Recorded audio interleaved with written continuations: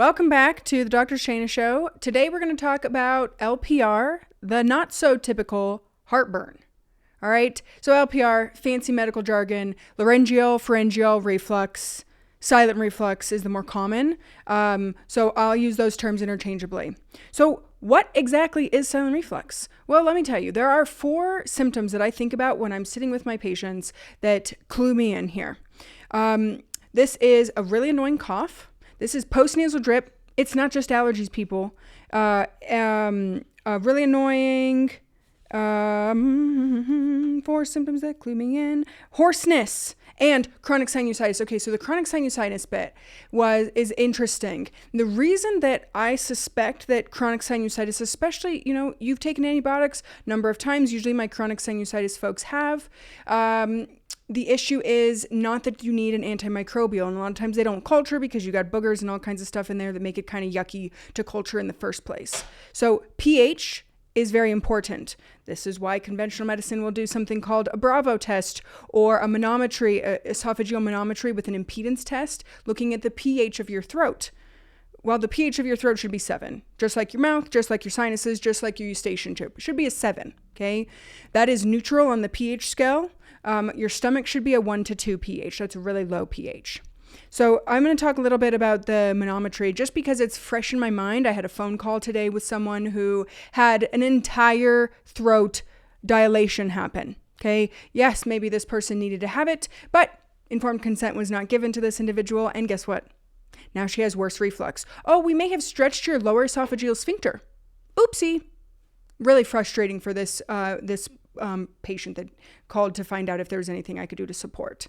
Okay, so dilation, stretching out, like they say, if you do a quick Google search for it, it stretches out the muscles that aren't working well. Yeah, overwater a plant and you cut the yellow off the leaf. Does that stop the problem? No, you still need to stop overwatering. Okay, so that's manometry, dilation. Then we've got the Bravo test. It's a cute little capsule that they stick down your throat and they kind of sit it right at the lower part of your esophagus. Again, checking your pH.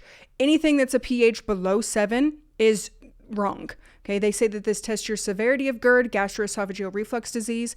And yes, LPR and GERD, no, they're not the same thing. It's just an upper throat manifestation versus a lower throat manifestation of the same type of condition. Okay, so the same types of tests, here can apply. So we've got the EGD, the esophageal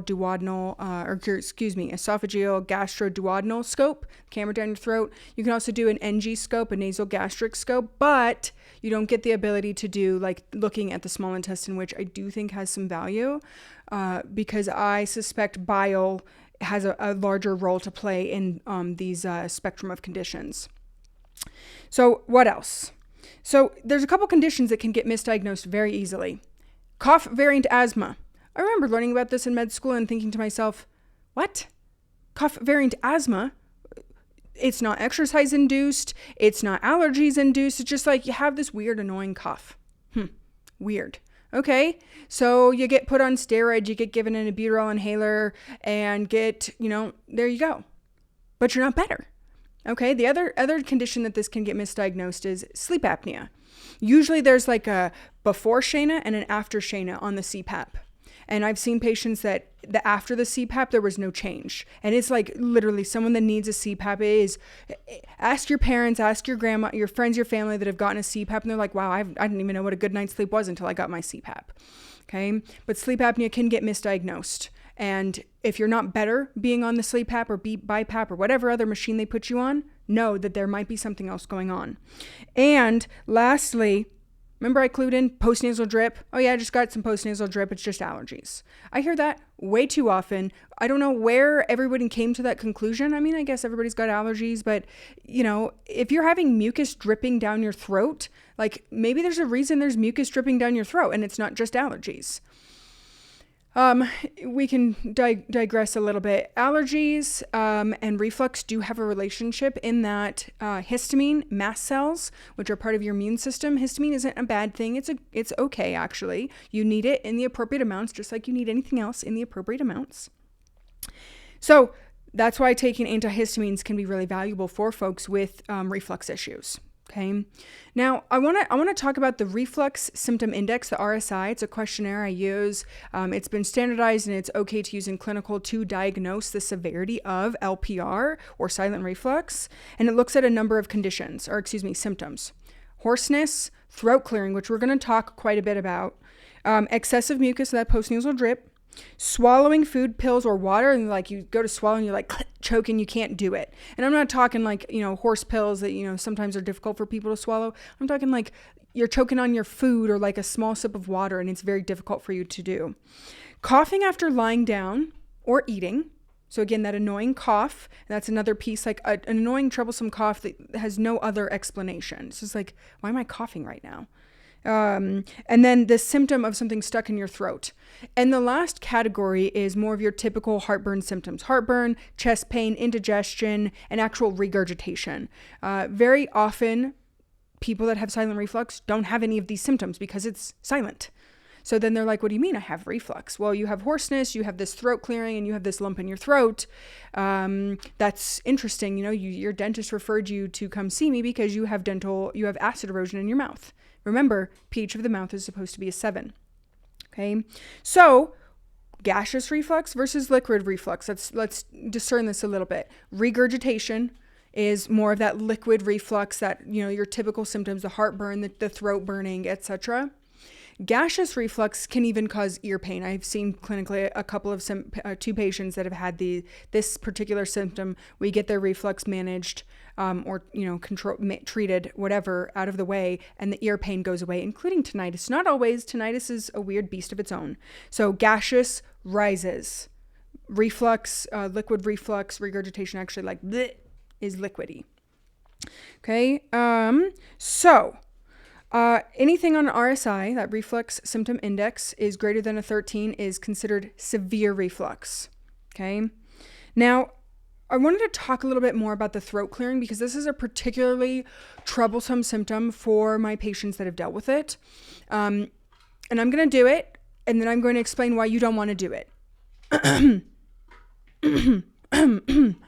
I will literally count in office how many times a patient does it, and especially in the first visit, comparing it to the follow-ups thereafter, because I want to know specifically how that specific symptom is doing and like what's the decrease, and then it's objective. Like I heard them 12 times, and this next visit I only heard them 3 times clear their throat.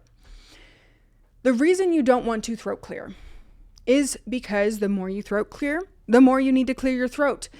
And the higher risk for vocal cord damage, polyps on your vocal cords. So if you're a singer, if you are a speaker, presenter, teacher, anybody that uses your voice often, if you've had a big day, getting excited about things, it aggravates your vocal cords. Okay. But now you have this hoarseness and this throat clearing. Well, why do you have this urge to throat clear? You have an urge to throat clear because you're having excess mucus or that postnasal drip down and kind of support your vocal cords. Okay. What I mean by this is like the body does the smartest thing that it can do to support its needs. Okay. If you're having acid burning your vocal cords, whether it's gaseous or actually liquid, you need to be able to protect your vocal cords because they, long-term damage, acid erosion, not great. It is not a good picture long-term. Just like with your teeth, it's kind of hard to come back from that type of damage. Doesn't mean that there aren't things you can't do, but once you start having to have surgery and vocal cord polyps and like needing dilation, and kind of once you get dilation once, the trend I see is you need it again and again and again, kind of like Botox. It's again and again thing. You don't just get it once and it's good for the rest of forever. So mucus protects the vocal cords. Isn't that kind of a smart thing, protecting it from the acid? I think so. And we have to use that as a symptom. So, but it's annoying, though. You have a lump in your throat, you want to clear it, you need to be able to talk and not sound like you have a frog in your voice. So, I will talk about a couple of things to do instead. They're silly, and you may have gotten in trouble when you were a kid for doing them. Okay, let's just talk about them right now. Why not? Let me grab my props. Okay, so you're gonna need a cup and a straw, and I'm gonna put a little liquid in here for to get the point across because it's more fun that way. Okay. So remember when you were blowing bubbles in your chocolate milk and your mom used to get mad at you and said, don't do that. Don't be a child. Don't make a mess, blah, blah, blah. Or maybe only my mom did that. I'm sure other people's too. Blowing bubbles is actually very good for the neurological sensation of I need to throat clear or I'm having hoarseness. Why? The reason being is these muscles are primarily innervated by our cranial nerves. And so what we need to do is to activate those muscles so that they can it's what's it called? Neuromuscular reeducation is the fancy term. Basically, we're using the muscles, reminding them that they can be used, contract, and then they can relax, and then they're not being used anymore. And so that can help the body naturally clear the mucus out. The other one, if any of you guys have my free heartburn guide, I do horsey lips. I learned this from a yoga instructor.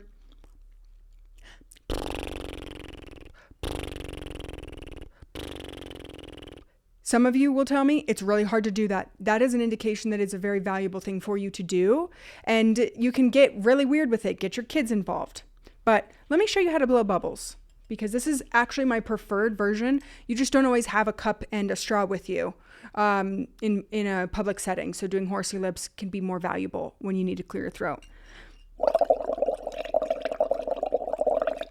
So what I like specifically about this one is you get the resistance, you're activating your muscles, but you get the resistance of the water to kind of, it's thinking about like I'm using a 5-pound dumbbell versus a 10-pound dumbbell. Like it's a subtle difference, but maybe you can even hear the tone difference in my voice between before and after blowing bubbles. It's kind of crazy.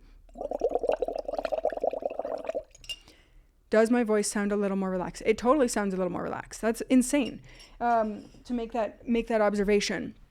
The other thing to do when you're trying not to clear your throat, so we talked about horsey lips, we talked about blowing bubbles in your beverage.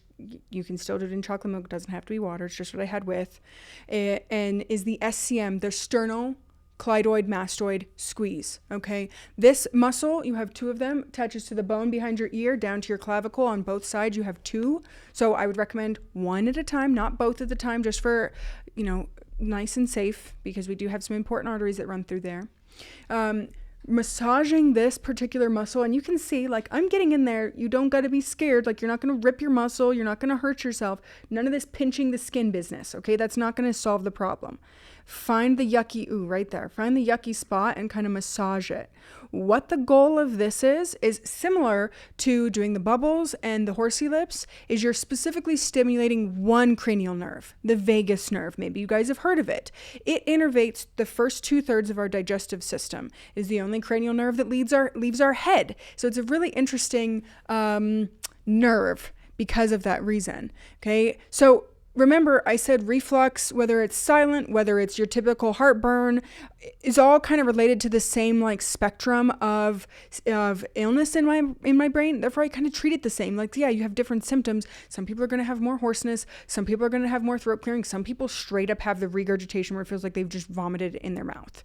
Okay, so we got to be mindful of what symptoms a person comes in with based on what treatments we're going to do. But that's one of the things I love about naturopathic medicine is it's not just, you do one herb and it's only going to do one thing.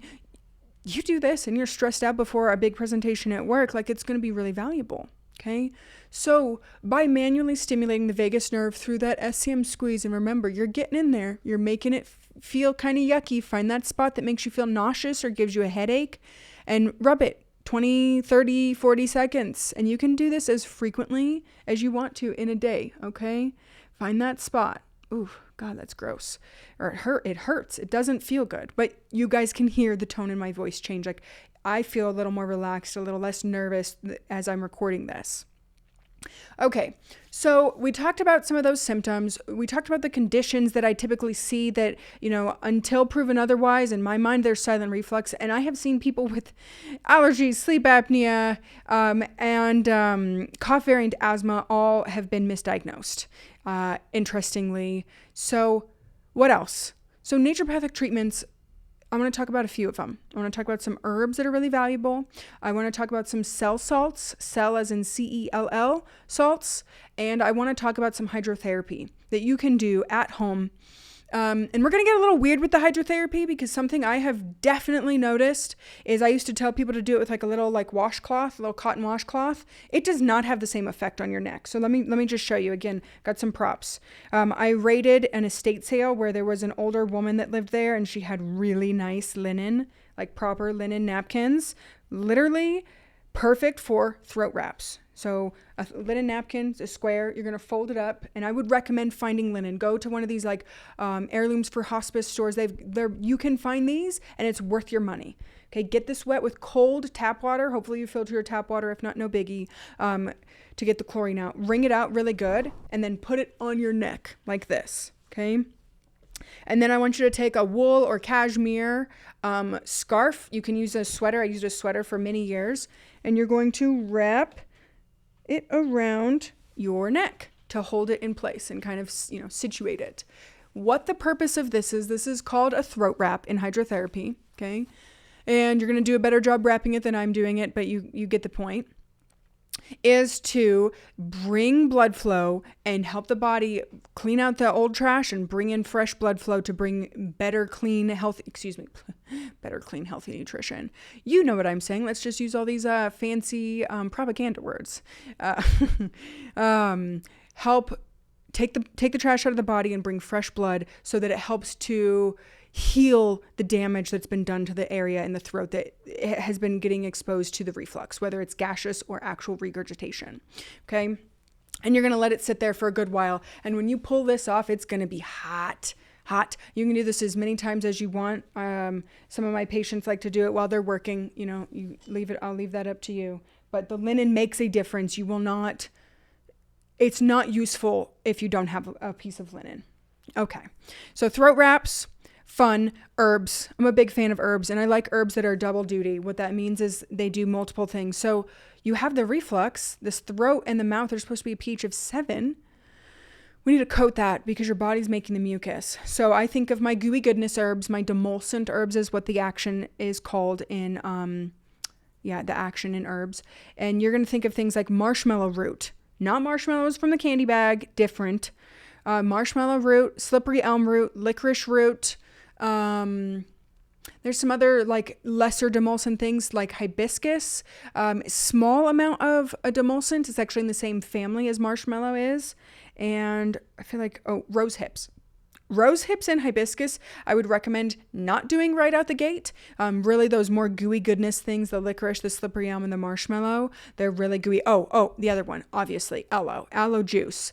The piece with aloe, you do not want whole leaf aloe juice. You will poop your pants because the outer leaf has latex in it and it's an irritating laxative. Time and a place, but likely you're not needing that. Although constipation is a symptom I see quite frequently with reflux. So aloe juice, inner fillet. I do have a brand that I generally prefer. I've noticed that they recently changed the flavor of it, so I'm not a huge fan. So find something that works for you. Get my free reflux guide. You'll get the details of what my brand preference is, but that's likely changing because, like I said, they changed the formula and it tastes a little funny now to me. So demulcent herbs kind of have a neutral, sweet-ish taste to them, and powders or roots where you're doing a decoction or cold infusion. I'm actually now going to start recommending people make a cold infusion first, where you actually take the root and you leave it on the counter overnight in like room, cool tap water, and then you go and you decoct it, which is where you boil it for a period of time so that you're getting the minerals and other nutrients out of the herbs themselves. But regardless, that gooiness is going to replace the mucus, and that postnasal drip is going to go away. Also, any kind of like irritation, that hoarseness that you have is going to feel soothed. A product that I often make a recommendation for that's again in my reflux guide is the throat coat tea. Get it with slippery elm, not the echinacea or I think it's like echinacea or eucalyptus. You don't want eucalyptus is a little too irritating in this particular case. Other herbs that are very valuable in this these types of situations. So remember I talked about histamine and mast cells sometimes being having a relationship with reflux. If that's the type of situation that's going on, immunomodulating herbs are very valuable. What's great?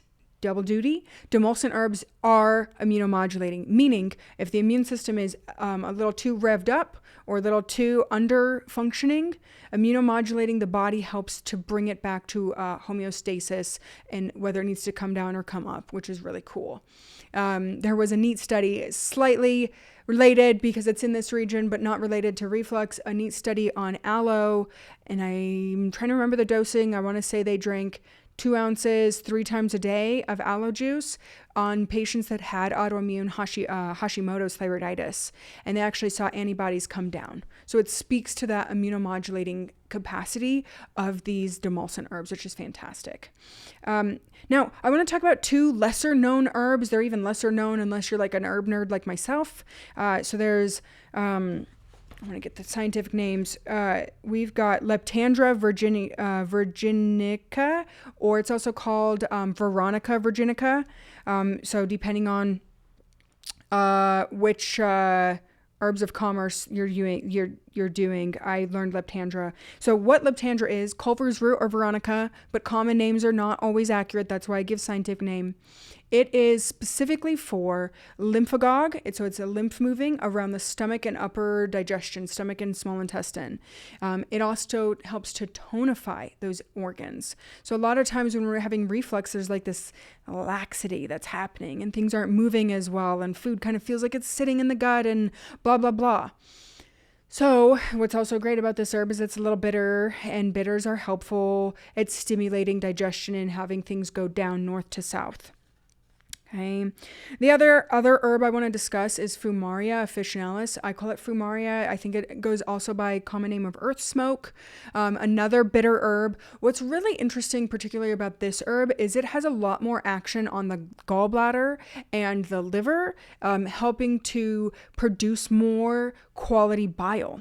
So when I first realized that this was a really effective herb at helping reduce symptoms of reflux and ultimately heal from symptoms of reflux, I was like, I wonder if bile is playing a role.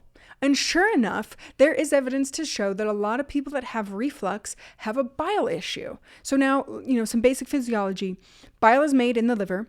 It's stored in the gallbladder if you have one. And when it's in the gallbladder, it's concentrated. So it kind of, smaller amount has a more hard-hitting effect when it gets squirted into the small intestine. So you kind of lose out on some of that capacity. Like in that case, less is not more. You actually need more bile when you don't have a gallbladder to get the same efficacy as just that concentrated bile. But well, what happens with the bile? So there's a couple things that happen, and I see this, and it kind of speaks to some of these, the horsey lips, the bubble blowing, the vagus nerve stimulation that I mentioned earlier. When we are stressed, when we are sitting like this, and we're crunching over our liver, and we're sitting at the computer like this, it's pinching the vasculature that's in our liver. It's putting stress and tension on our upper digestion. Not great. And then you're stressed out and you're talking like this and you're squeezing like this and la la la la la la.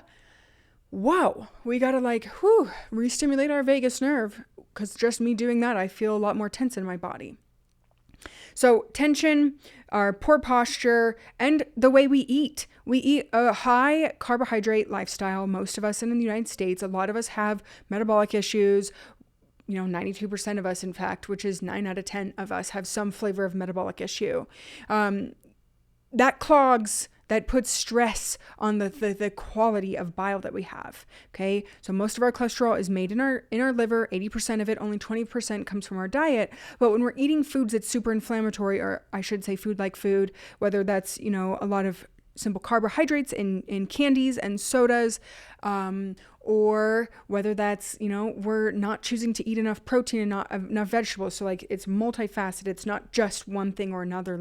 We need all of our basic macros to be able to function optimally, and that there is going to be some variation depending on the person sitting in front of us. So bile issues, we talked about the posture being a component. So I like to give people visuals because I'm a visual learner myself. That U-joint under your sink in the bathroom that gets clogged? And at first the sink just isn't draining very well. Okay. And then it starts to build up in the sink. And now you got this nasty line that takes, an hour to drain. Okay. So what do you got to do? You eventually have to suck it up, get a bucket, unscrew the U-joint, and then get that nasty hair and mold and whatever slippery stuff that's in there and clean it out. Guess what? Now this thing drains. Great. Fantastic. That kind of that's the way I think about the bile. If our liver's kind of kinked, our gallbladder duct is kind of kinked, it's not able to properly squirt into the small intestines, you're going to have some issues there, and it's going to get built up and kind of sludgy. Okay, well, my doctor says I don't have gallbladder issues. No, you don't have anything that's pathological that requires you to have surgery yet. But the precursor to stones is generally sludge. So we need to be mindful. And, this is where like a HIDA scan can be really helpful because it tells us the ejection fraction, the EF, and you want that to be higher than 50%. I've seen it as low as 22, 23% in some folks. And there are things that we can do to support the gallbladder function, to get it functioning well. What's great about Fumaria is that it doesn't agitate the gallbladder, but it helps your liver produce better quality bile. So in the same vein that it's supporting the bile aspect, it's also tonifying. So like if you've got that loose lower esophageal sphincter, I use the sleeve of my shirt here. Think about this as your stomach. This is the top of your stomach, and above my sleeve is the esophagus, and this is the sphincter right here. What can happen when we have lax lower esophageal sphincter is it just doesn't close properly. And so then that not closing allows reflux to happen into the throat. Okay. And we don't necessarily want that, right? It's not going to the right spot. The other piece of this is you might have a hiatal hernia. And any of you that have listened to me, you know that I've talked a lot about hiatal hernias because myself, I have one. And if you've got something literally shoved up in that sphincter so it cannot mechanically close, you got a stopper in it, you're going to get reflux. And it doesn't matter what you do. It doesn't matter how many proton pump inhibitors, 40 mgs twice a day that you're taking. It's not going to solve that problem. I find manual adjustment to be a big indication for someone that has silent reflux. And yeah, you can move your organs. I know your regular doc and the surgeon's going to say, no, you can't. Talk to an old school doctor of osteopathy, a good DO. Yes, your organs move. I know it's crazy. I can't explain it to you if you're not open to listening, but they have kind of like this little, talk about it having like a little dance. I practice a technique called visceral manipulation. I've got my training through the Burrell Institute, and literally the organs have like a movement. So the stomach is a J-shaped organ, and it moves kind of like this and has a little up and down like this as well, kind of like lateral to medial. Okay. And when it's jammed, you're not getting a good motion. The body is going to prioritize. Okay. So we talked about a few things that are contributing to that silent reflux and the way that I kind of think about it as a naturopathic doctor. And we're looking at lifestyle. We're looking at stress. We're looking at functionality. Is there something mechanically actually going on? Why, please don't throat clear. You're going to make everything worse, increase your chance for polyps. There's pros and cons to conventional testing. Make sure you ask questions, and before you agree to do a procedure, you look online and see if there's any adverse events. I have also, to be clear, I have had patients that have had the esophageal manometry and had 0 negative side effects. So no, if you are one of those people that tends to be a little more sensitive, just ask good questions. Ask them specifically where they're doing the dilation at. And for now, that's it for symptoms that I will think about as silent reflux until proven otherwise: cough variant asthma, sleep apnea, and allergies. If you found this valuable, share it, like it, subscribe. That is how I know that this information is getting to the right people that want to learn more about what I do and how naturopathic doctors think about things. So thank you so much for your time.